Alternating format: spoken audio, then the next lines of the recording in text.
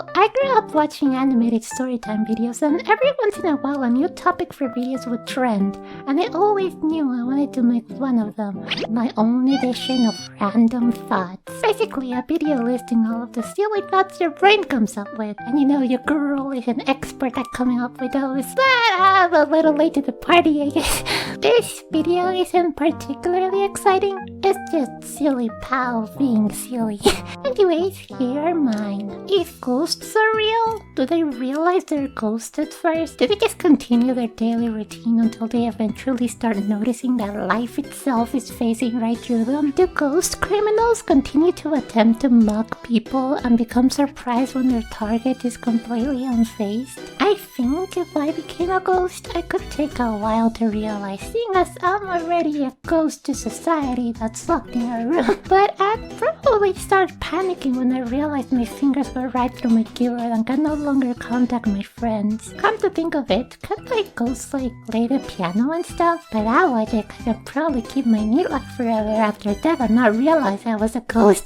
That thought is going to mess with me, isn't it? Also, are they stuck with only the clothing they were using at death? I think it'd suck if I forgot to wear my glasses before dying. Do you ever get a meal of yummy food and when you start chewing, it just doesn't taste like you would expect it? Like all the flavor is gone and it just fills you with sadness. I call this sad food. I can't count how many times I get excited to have my favorite comfort burger and then it doesn't taste like anything. But one day, motivated to not let this happen again, I decided to flip my way of thinking. I turned my burger upside down, and when I ate it, it was so delicious. All the flavor was back, and I made sure to confirm it. Eating a burger with the sesame side up was a sad flavor, but turn it around and it tastes just like you remember. And isn't this technique with everything I eat? It's return the flavors to my meals. Now, I have no idea if this has an explanation or not. Is it a psychological thing?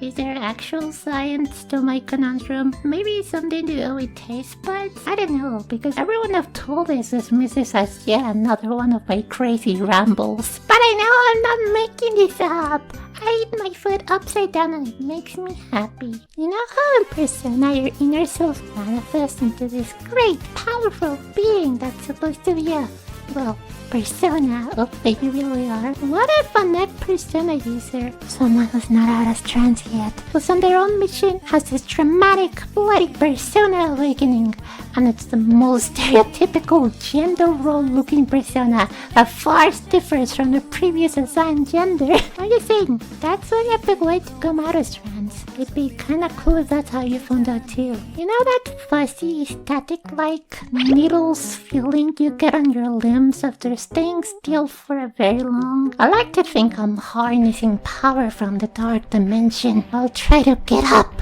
my limbs fighting against me, clutch my fists, and stamp my feet on the ground, making everything around me tremble. This power is mine. I think I sprained my ankle.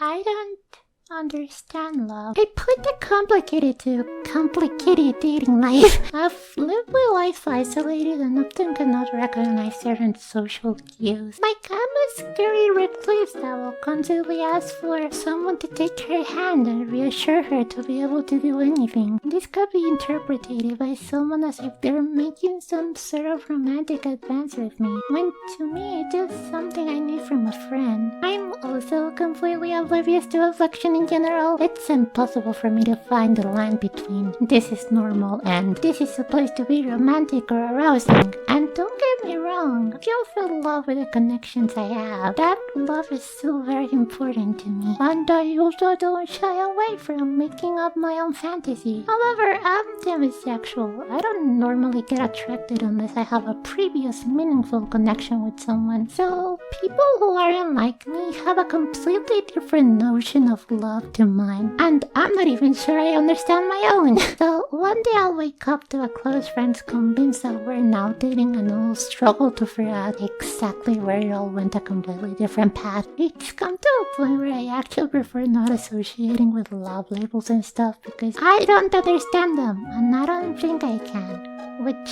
hurts because a part of me deep down feels like she wants to be loved in a special way. But that's my own can of brainworms. You know something that bothers me? Fainting from just getting up.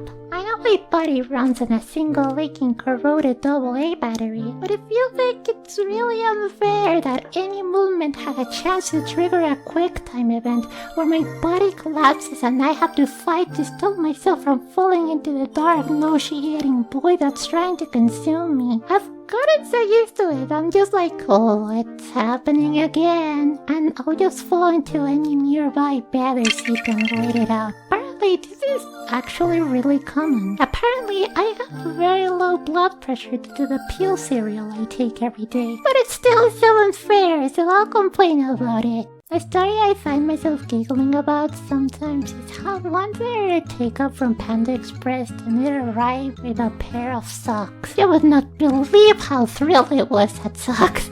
I may not understand love, but this right here was love at first sight. I mean, look at them! Pretty cute Panda Express socks! I don't know what it is about them, but they're like my favorite socks ever now. The moment they break, my heart and soul will break as well. I wonder how much this video changed your perspective of me. Or maybe it didn't change at all. Thanks for watching, sleepyheads. This has been yet another bedtime story video. Good nighty!